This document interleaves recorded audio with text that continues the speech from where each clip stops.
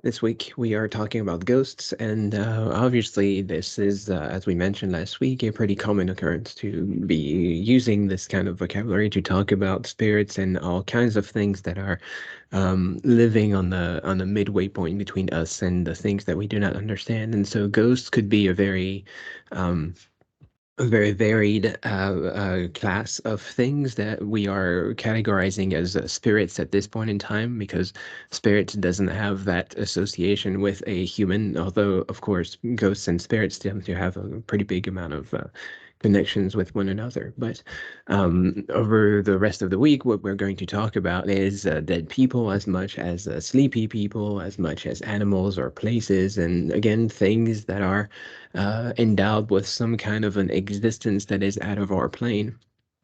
And according to this was poll published in 2019, more than 4 in 10 Americans believe in ghosts, demons, and other supernatural beings, including vampires.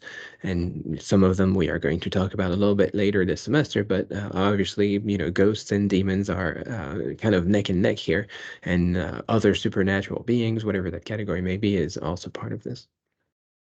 And there's been also a few articles that were published over the last few couple of years around COVID-19 and its role in people having more direct experience with ghosts, whether it is because of the fact that we have not been able to properly mourn people who passed away during the pandemic, or because of the troubles of health and sleeping that were associated with it. There's just seemed to be a kind of an increase in ghost sightings pretty recently. So this is a another another creature that is not going away and that is pretty common to us. But as I mentioned last week or so, of course, because this is an issue of life and death. This is something that is pretty commonly experienced.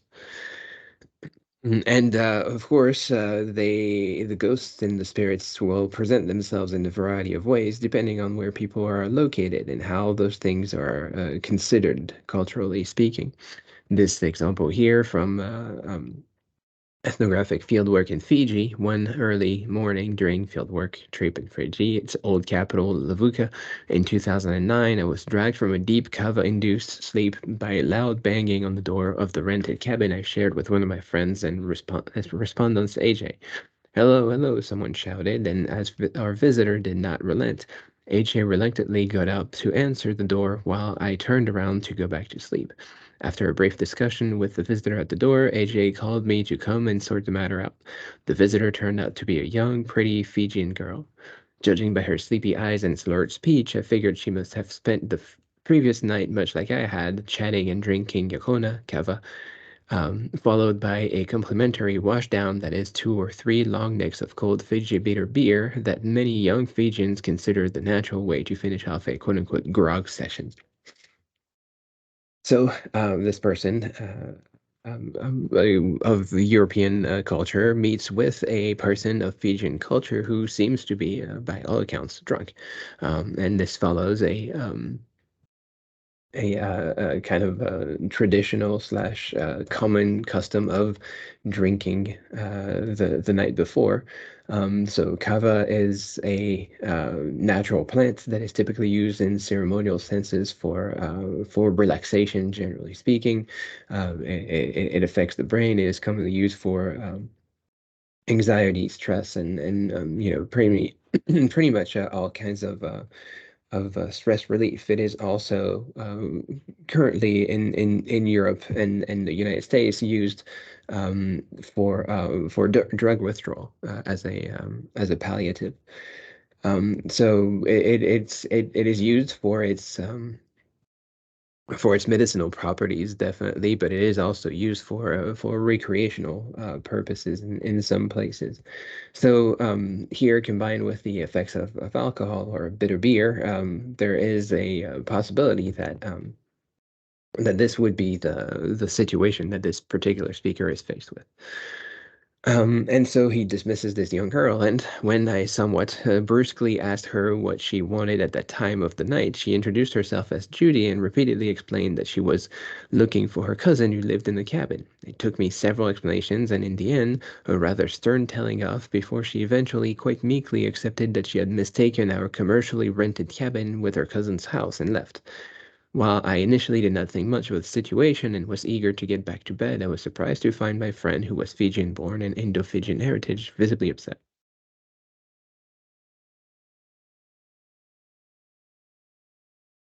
Breathing a sigh of relief, he turned to me and exclaimed, "Thank God you made her go away. I've been told many times that it is so important not to be friendly or inviting when a ghost visits you, because then you will never get rid of them." It appeared that I had just experienced a Fijian ghost firsthand.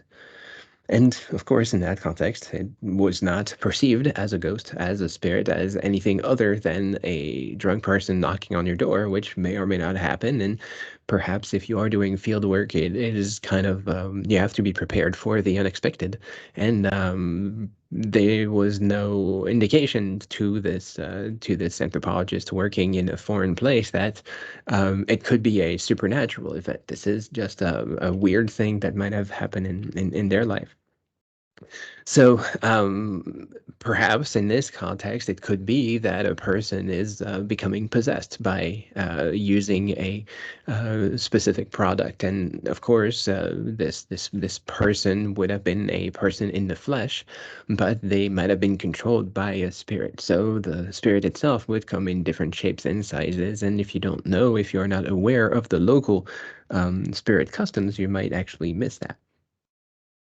And of course, because we have a possible ambiguity here or a possible misunderstanding that could happen, it is also pretty common to find these problems of kind of going halfway into understanding a spirit and then realizes that this spirit may or may not be a spirit. And because those spirits inhabit this in between place, it is also very easy to confuse them for something or another. Here, a different example: when a man or woman dies and the body is buried, there remains the spirit part, or uthana, that is practically what may be called the equivalent of the ghost of the dead person, which is supposed to haunt the burial place, and at night time to come into the camp. It may go back to its old Naja rock or tree, but at all events over a period, it is supposed to spend a considerable time either around the grave or in the camp.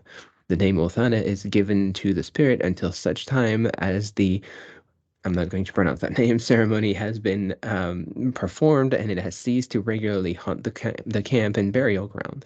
The Uthana is um, supposed to be capable, like other spirits, of hurting its enemies, and the sure sign of an attack by one of them is the presence of human teeth in the body of the victim.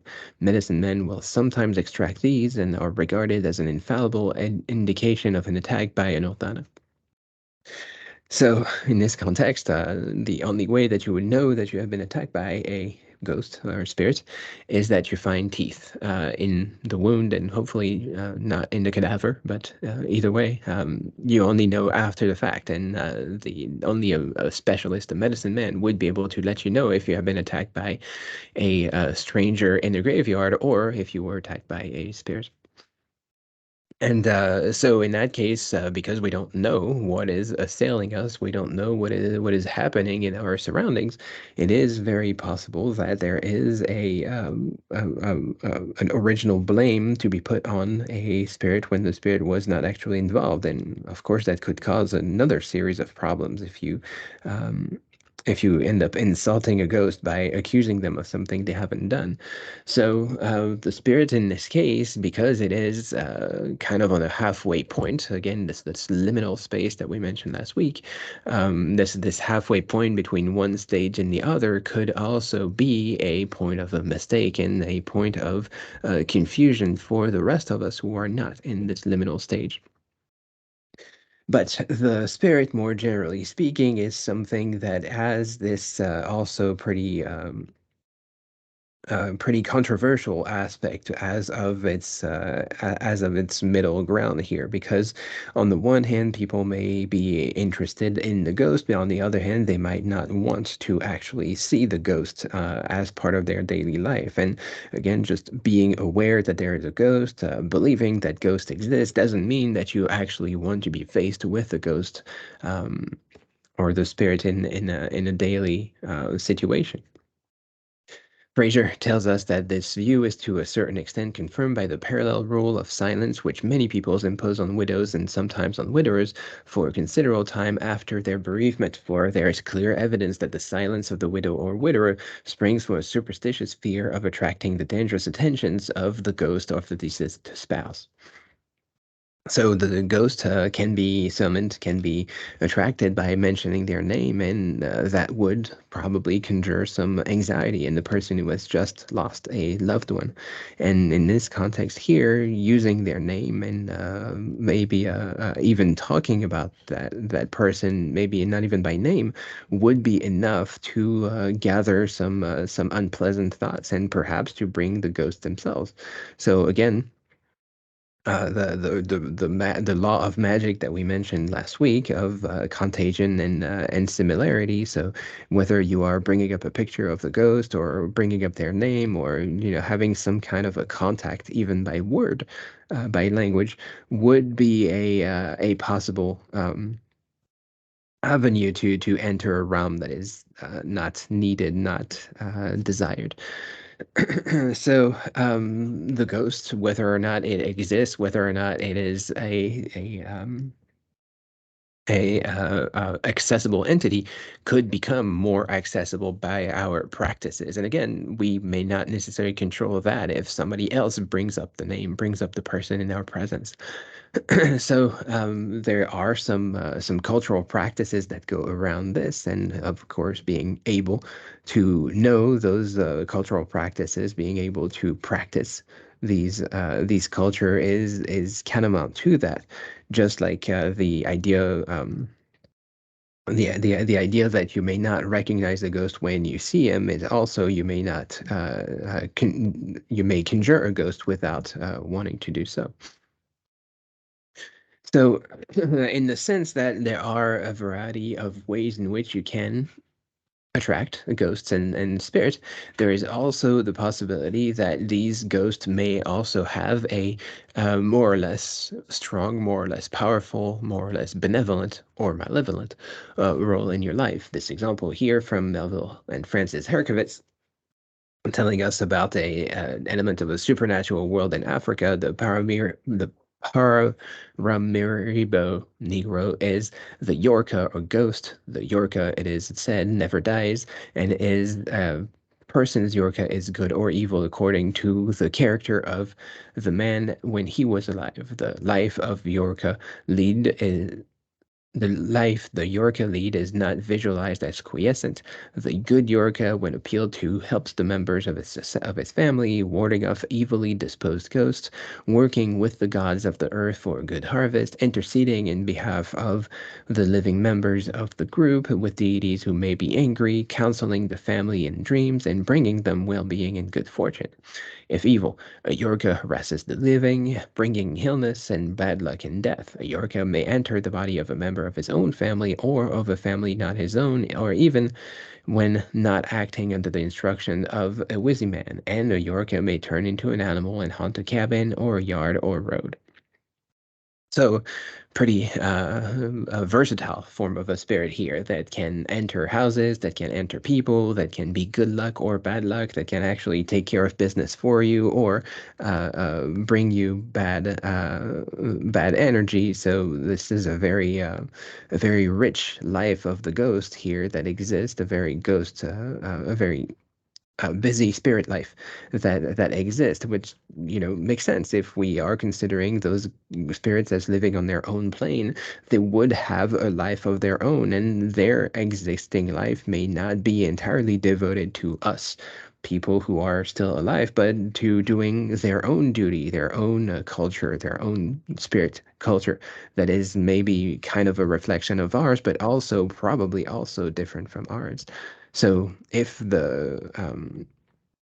The spirit can have a life of its own. It can also have a mind of its own. And it can also have its own moods and emotions and its own reactions to what we are doing.